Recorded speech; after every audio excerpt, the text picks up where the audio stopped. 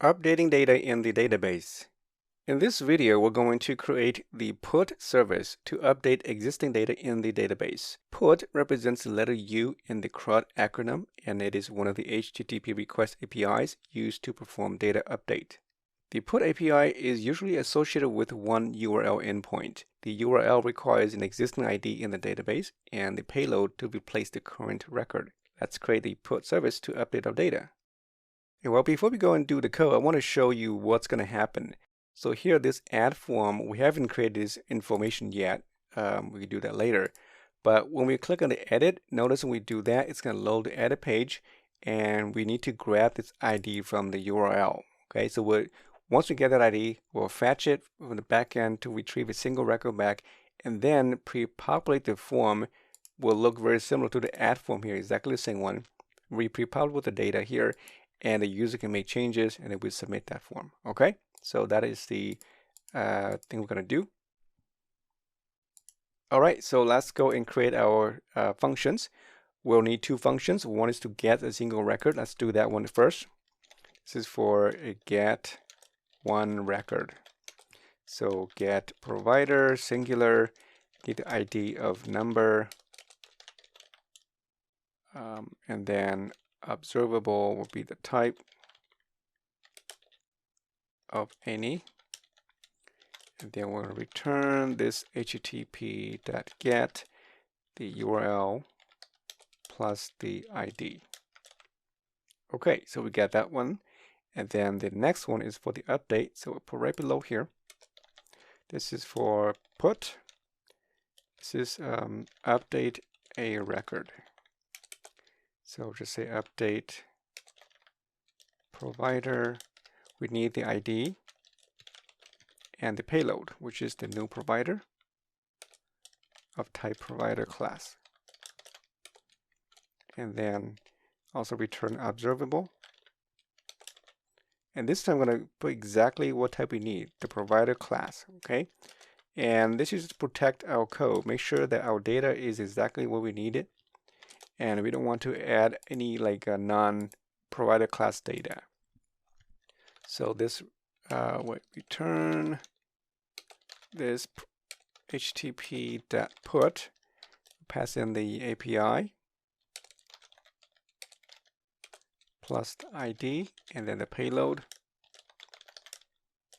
Okay, so that is our function. And because we expect that exactly of that type, you have to put it inside the put function as well.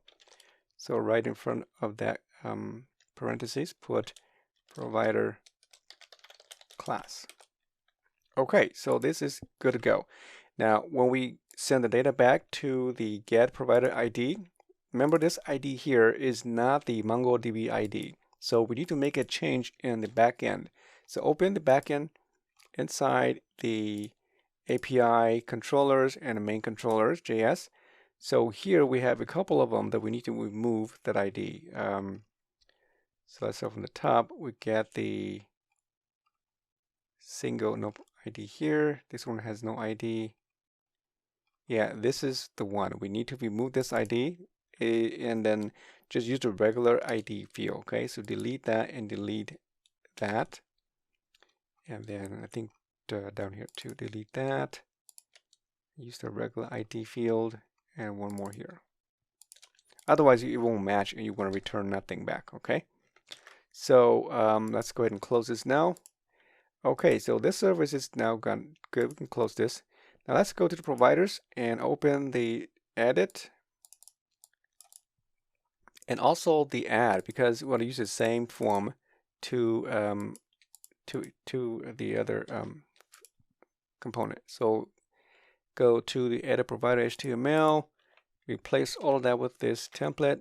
We can close the add provider template, and then the add providers component will be the same as well. We'll just make some changes in here, but I'm going to copy everything here inside the class. Okay, so from line 114 all the way to the end of this class here, 116. Copy all of that, close this, and put it right inside the edit HTML. Replace everything here, line 11 to 14 with that information. And then we just have to import this in, okay? So into form group, form control, and validators. We're using the reactive form. So when we load the form, we're going to fetch the data from the database asynchronously. That means when the form loads, it's not going to have data yet. So therefore, you cannot go in here and pre-populate with the data right away. Okay, so this is fine because it's just, string literals.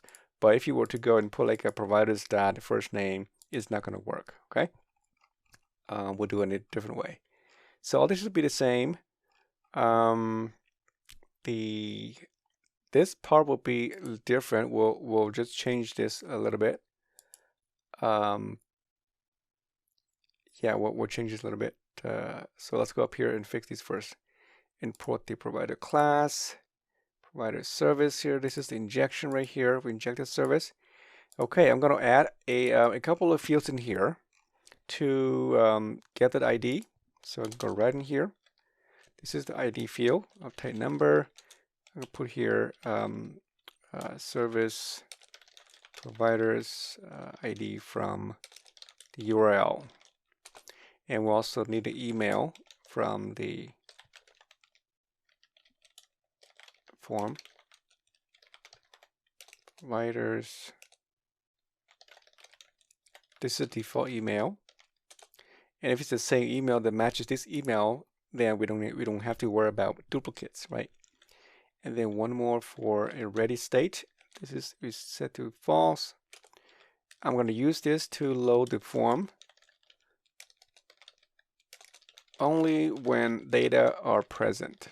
Okay, when there's no data, then we want to show a message, something like, it's loading. Okay, so if I go to the from up here, like up here somewhere in the form control, the very top, should be on the very top.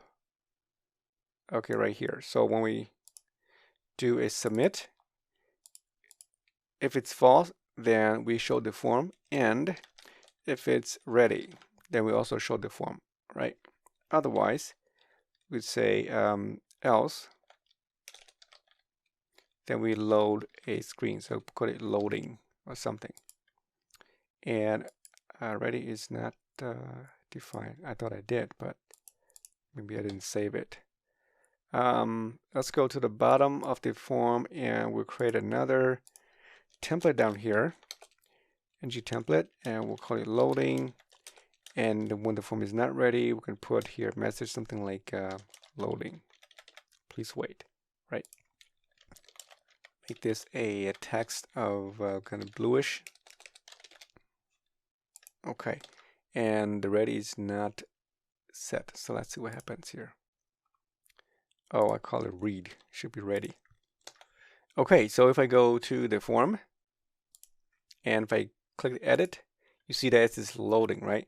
So when the form is ready, when the data comes back from the server, we pre-populate the form already with the existing data, then we can show the form.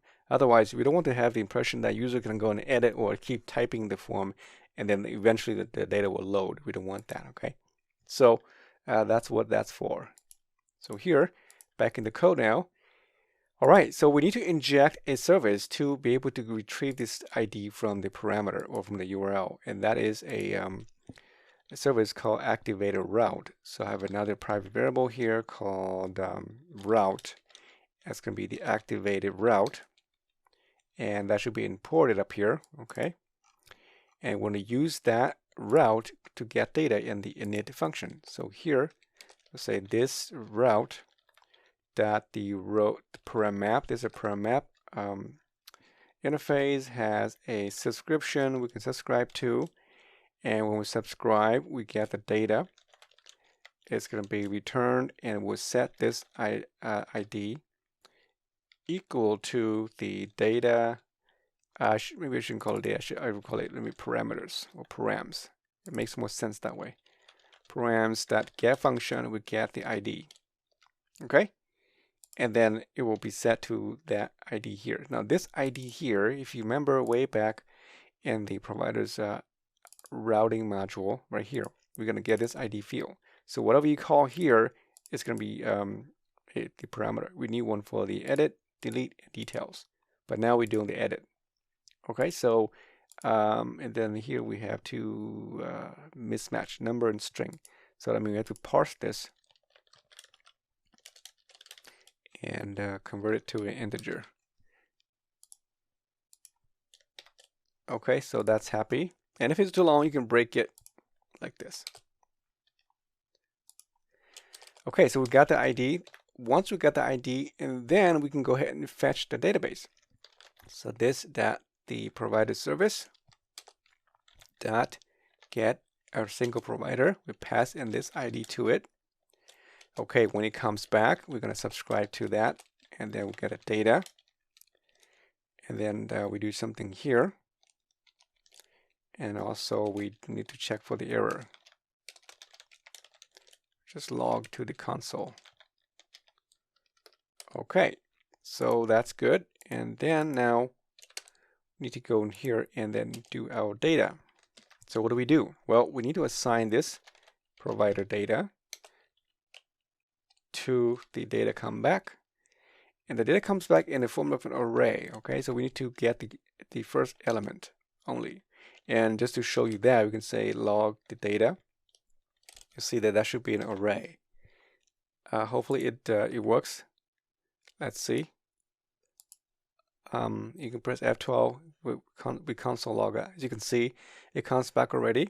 Able to retrieve the data. It comes back matching the ID of 414532. That's the ID field here. That's Mary's ID. If you go grab another one, say Skipton, and we got Skipton information here, as you can see here, and it's an array. So we need to grab the 0 index and then assign that to our provider. And also this object is not flat, okay? So it has like two documents. The first layer, the company has another layer. So our form is flat. That means we have to flatten this to make our form population easier. So I'm going to show you to do that. Okay, so we need to flatten our form. Flatten object. So I'm going to create a temp variable called constant temp. It's going to be the object itself. And then we can basically do like we did down here, you know, manually do this way, right? But I'm going to show you do a different way how to do this so that it'll work for pretty much any case. Okay, so we're going to say for the constant key and value pair of the object entries of this provider. Okay, give me all the key value pairs. Okay, I put key 1 and key v1, key k1 here because I want to do the same. The company as well has key in value as well. So once I, extract those out, I need to either do if blocks or do a switch. I do the switch this time. So if the field is an ID field or the underscore ID or the regular ID, then we're just going to ignore those. Okay, skip those. And I'm trying to build this object so that it will look exactly like our controls here. Okay, this is a flat object, right? So it has to match that. And then when we send it back to the database, we have to rebuild that again to make it non-flat. That's what we did this function here, right? The function here built that object for us. So I'm kind of like going back and forth here. So now we check for that. We skip that ID. If it's a company, the key is a company, then we need to do again. Right? We need to do it again. So I'm going to copy this, put right in here, and then we'll break it. Else, the default will be go ahead and store it into the data. So the temp of K1 equals the V1. All right, so in here, this is the company. So there'll be K2 and V2 of the provider of K1. Okay, just make sure you got the K1. And then we're going to say, because the company has the ID too. If you remember, if you go back and I'll show you real quick.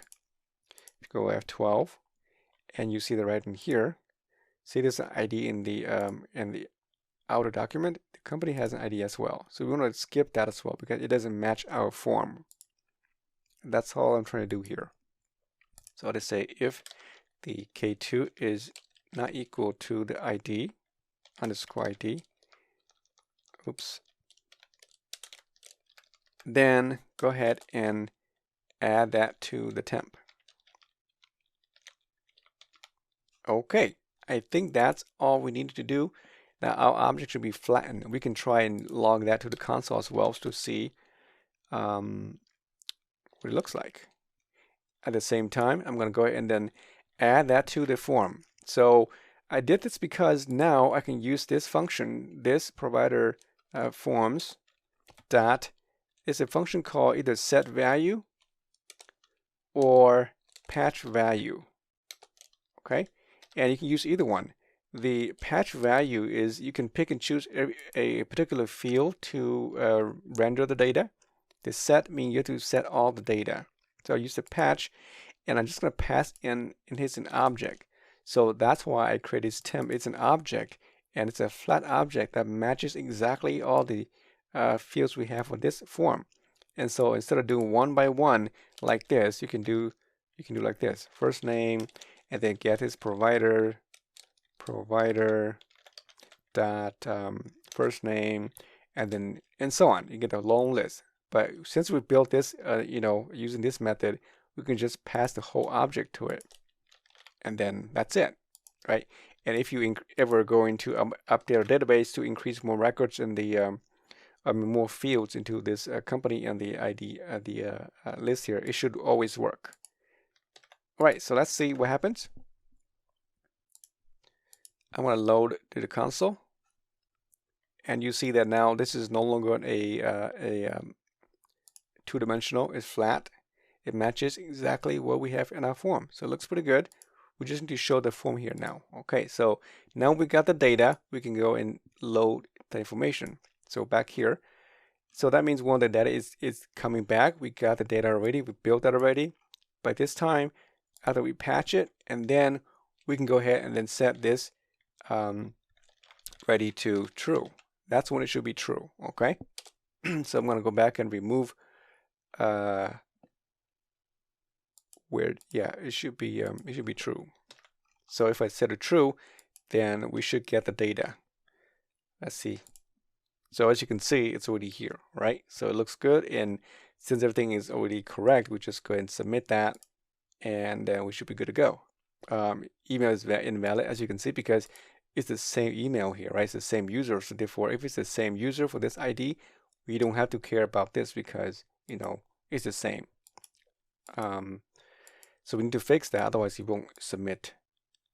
Okay, so I want to show you again. When I click on it, it shows really fast. You can't see it, but sometimes if it's a lag in the server, then you won't be able to see anything like that. So I want to show you what that would look like. For example, before I set this to true, I'm gonna go and say, let me just put this whole thing here set to a set timer.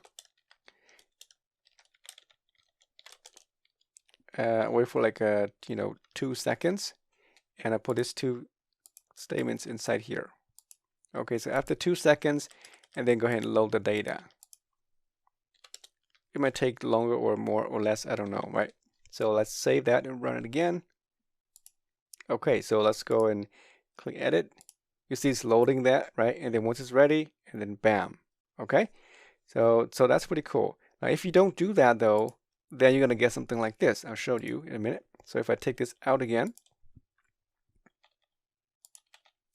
let's say that we passed the data, and we just put the timer to do that. No, that's not what I want. I meant this way. Okay, so let's say it takes 2 seconds to get the data, and if you didn't use this variable, then the form will be displayed, and it'll be empty. So let's go back. I'll show you in a minute. So here, let's refresh it, edit. Notice it's empty, and then 2 seconds it pre-populates, right? So that instance, the user might tempted to go and make some changes in here, right? And it's incorrect. So you want to protect that from having the user go and put some information in there. So that's the whole purpose for that reason. Okay, and so I'm going to take this out. We don't need it, but of course that's what it means. So we pass the data and then we say, okay, it's good to go. Go ahead and then show the form. Okay, so I think that's good. Now we just need to fix the email. So down here, right, when we get the email,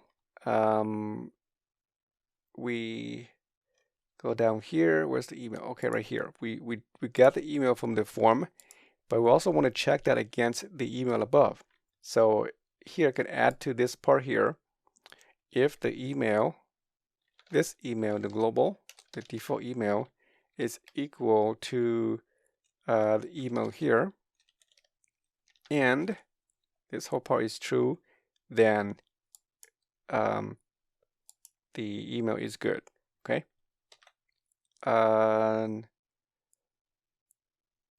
No, it should be not equal. Yeah, if it's not equal, and if it's duplicates.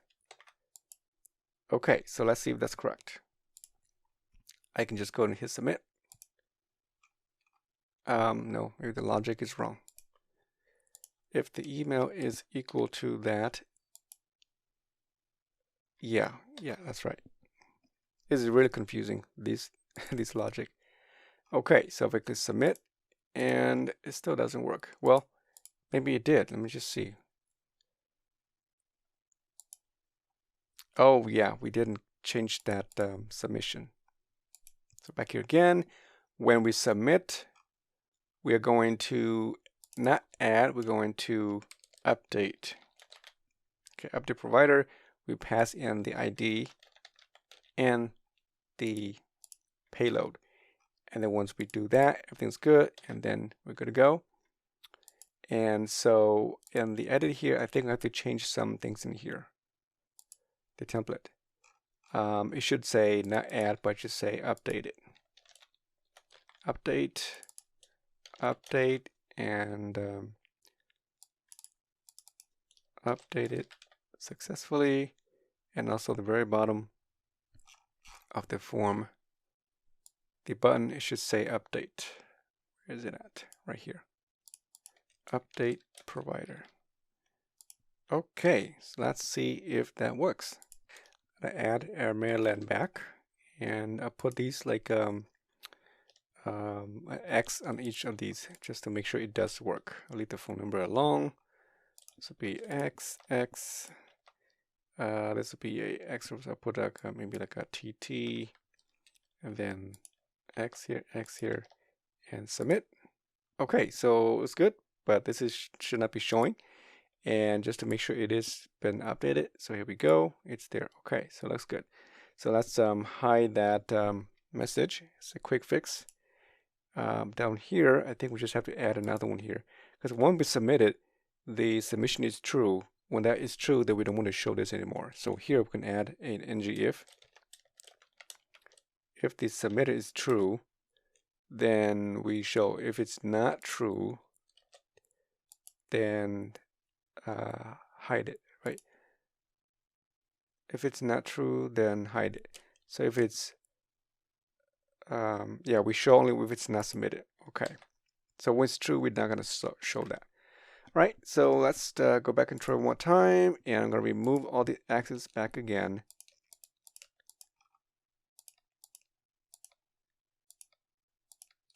Okay, this will be a text here. There you go, it's gone, and we are good to go. And as you can see here, has been changed. We can verify in the database just to make sure that it's been updated. And we got Maryland back, so we're good here.